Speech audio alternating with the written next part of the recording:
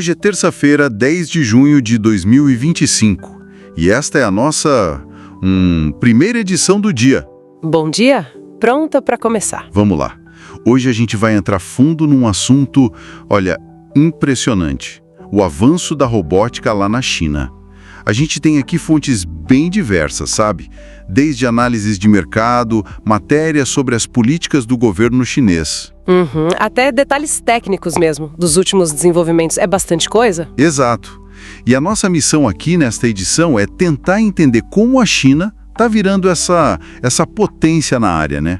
Vamos dar uma olhada nas metas deles, que são bem ambiciosas, no ecossistema de inovação que eles estão criando. E nos investimentos, né? Que são pesadíssimos, tanto do governo quanto das empresas. Isso. E, claro, os saltos tecnológicos que estão fazendo a diferença. E é interessante, né? Porque muito do debate aqui no Ocidente foca nas questões éticas da IA, nos limites e tal. Mas as fontes mostram a China, assim, pisando fundo no acelerador. Principalmente com robôs humanoides, sistemas autônomos. Totalmente. E isso tem implicações globais, né? Bem significativas, é isso que a gente vai explorar. Bom, começando então. A China já se consolidou como um protagonista em tecnologia, isso é fato. E a robótica humanoide parece ser mesmo a nova fronteira para eles. Olha esse dado da Morgan Stanley. Só em 2023, a China comprou mais robôs industriais que o resto do mundo inteiro combinado. É um número absurdo. Mostra muito mais que só volume, né? É uma aposta estratégica claríssima. Exato. Eles estão apostando que a automação total é o caminho para a próxima era industrial. E esse avanço todo vem, em grande parte, de uma diretriz muito clara do Estado para automatizar a produção. Claro que tem a ver com o envelhecimento da população, a possível falta de mão de obra no futuro. Mas não é só isso. É mais profundo, né? Sim, é uma estratégia de longo prazo mesmo, visando liderança tecnológica, liderança industrial no mundo. E como eles coordenam um negócio dessa magnitude? Uma das fontes falou numa abordagem chamada Top Level Design. Como funciona isso assim na prática? Pelo que as fontes descrevem, é como se eles criassem uma grande rede, sabe? Conectando universidades, centros de pesquisa, as empresas e o governo. Todo mundo trabalhando junto, com metas bem definidas lá de cima. A CDTN chama de um modelo de engenharia de sistemas. Quer dizer, eles pensam em tudo junto desde o começo. A pesquisa de materiais, os sensores, a inteligência artificial, a logística. Tudo como um projeto só, integrado. Entendi. Para criar soluções completas, então. Exatamente. E para a robótica humanoide, essa integração total é fundamental, né? Não dá para fazer uma parte separada da outra. Faz sentido. E já deu certo antes, né? Sim. A gente viu esse modelo funcionar com os trens de alta velocidade deles, com os painéis solares, e a escala já impressiona. A mesma fonte diz que já tem mais de 500 fábricas consideradas inteligentes operando lá. 500? Uau! Então, tem essa direção forte do Estado. Mas e o setor privado? Tá entrando nessa também? Tá, e com tudo. O South China Morning Post falou no investimento de 10 bilhões de dólares só da Huawei e da ONU. 10 bilhões? Especificamente em inteligência artificial e robótica. E não são só as gigantes, viu? Tem mais de 60 empresas e startups chinesas desenvolvendo robôs humanoides nesse momento. 60? Nossa! A indústria local deles já é responsável por instalar mais da metade, 51% dos robôs industriais do mundo todo. Então, o planejamento estatal puxa, mas a iniciativa privada corre junto, ou até na frente em alguns casos. É uma dinâmica interessante, o Estado define as direções gerais, incentiva, cria o mercado, mas a competição, a inovação mesmo, vem muito dessas empresas que você falou, das startups. Elas que buscam vantagem, né? Isso. Elas respondem aos sinais do governo, claro, mas também brigam entre si por tecnologia, por mercado. Isso acaba alimentando o sistema todo, de baixo para cima também. E os avanços técnicos estão acompanhando esse ritmo todo? Estão sim. A AI Business destacou o RoboBrain 2.0, lá da Academia de IA de Pequim. Ele mostrou melhorias bem grandes, 74% mais precisão, 17% mais velocidade em tarefas que misturam cognição e movimento motor. Uau, são ganhos expressivos. E tem um foco muito prático também, sabe? Fontes como a Reuters e a própria AI Business apontam para aplicações bem estratégicas, robôs sendo pensados para ambientes de risco, segurança pública, logística militar, resposta a desastres naturais. Ah, interessante. Então não é só fábrica? Não mesmo.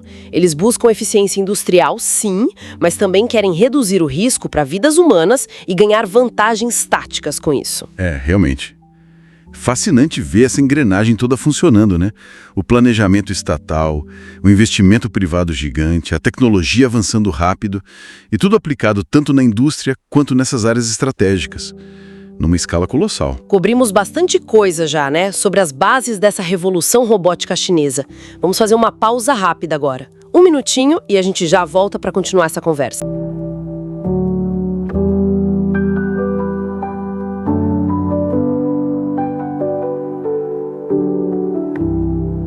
Bem-vindas e bem-vindos de volta.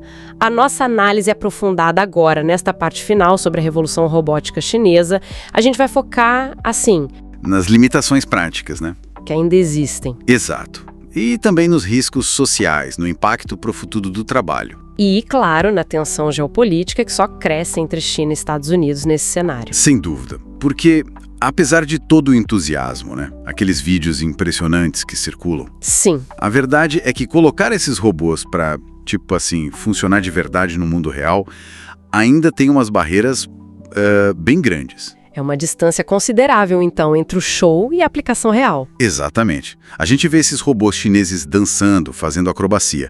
Quase umas estrelas pop, né? É verdade. Mas na prática, no chão de fábrica ou mesmo em casa, qual é a funcionalidade deles hoje?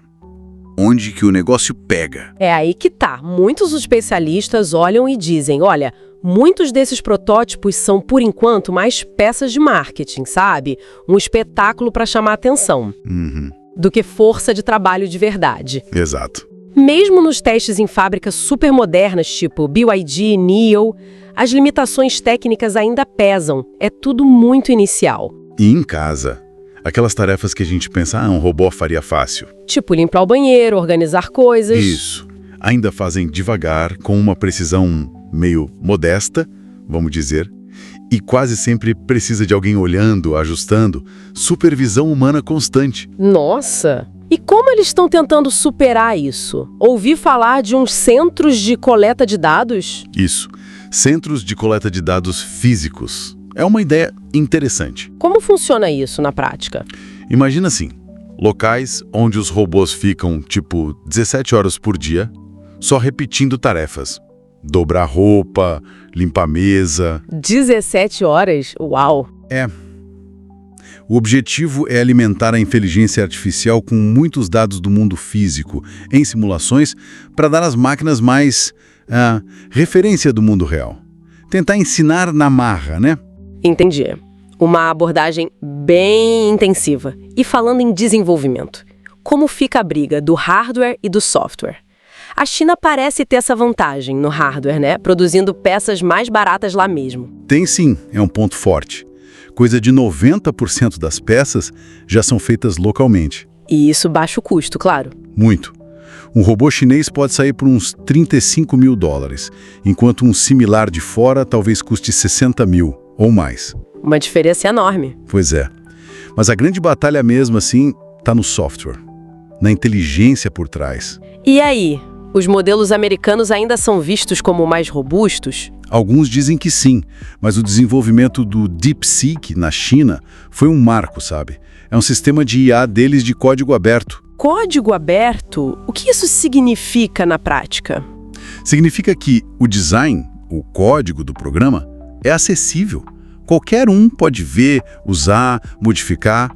E eles fizeram isso com um custo bem menor, mesmo com as restrições dos Estados Unidos para comprar chips avançados. Interessante. E essa estratégia de código aberto com o DeepSeek, o RoboBrain, tem outras implicações, além da tecnologia em si? Ah, com certeza. Funciona quase como uma diplomacia tecnológica, sabe? Especialmente com países do chamado Sul Global. Sul global? Os países em desenvolvimento, emergentes? Isso. É um contraponto ao modelo ocidental, que é mais focado em proteger a propriedade intelectual, patentes, essas coisas. O irônico é que as restrições dos Estados Unidos, Que eram para frear a China. pois é, podem ter acabado, na verdade, incentivando a China a buscar autossuficiência, a criar essas soluções abertas e inovadoras. Meio que um tiro saindo pela culatra, talvez. Tá nas pessoas, né? Nos empregos. O discurso oficial na China é que os robôs vão só pegar as tarefas ruins, perigosas. Essa é a narrativa. E tem uma parte de verdade nisso, claro. Trabalhos insalubres, muito repetitivos, mas, assim, Sempre tem um mais, né? sempre tem. Muitos especialistas alertam, sim, para o risco real do desemprego tecnológico. Desemprego tecnológico, a perda de empregos por causa da automação, da IA. Exatamente. O perigo é maior onde a força de trabalho tem mais dificuldade para se adaptar, para aprender novas funções rápido. O Fórum Econômico Mundial vive batendo nessa tecla. Precisamos requalificar as pessoas para funções ligadas à IA, à robótica. É urgente. Então já se pensa em soluções para amortecer esse impacto? Já se discute, sim. Coisas como mecanismos novos de proteção social, talvez um seguro-desemprego específico para quem for substituído pela tecnologia. Ou até renda básica, que às vezes entra nessa discussão. Exato. Até modelos de renda básica universal entram na pauta. Então o cenário é esse. Um avanço tecnológico super rápido, impressionante, mas que traz junto desafios técnicos, sociais, éticos enormes. Precisamente. A gente não pode deixar o fascínio pela máquina, né, pelo robô dançando, desviar o foco das questões estruturais. Existe uma tensão muito clara: o ganho de eficiência de um lado e a potencial perda de empregos do outro. A competitividade entre países versus o risco de aumentar a desigualdade. É preciso um olhar crítico. Um olhar global, crítico, ético, para garantir que essa inovação sirva ao bem comum, sabe? E não só concentre mais poder e riqueza. No fim das contas, a tecnologia é sempre um espelho das escolhas que a gente faz como sociedade. Uma reflexão fundamental para a gente fechar, sem dúvida. Esperamos que essa nossa conversa tenha sido esclarecedora. E com carinho lembramos que o podcast vai ao ar de segunda a sexta, às 7 horas, 12 horas e 17 horas, e também aos sábados, ao meio-dia. Fica a pergunta no ar. Ao criar máquinas cada vez mais capazes, a gente está construindo ferramentas para nos ajudar ou entidades para nos substituir? E quem de fato define onde termina uma coisa e começa outra? Até a próxima!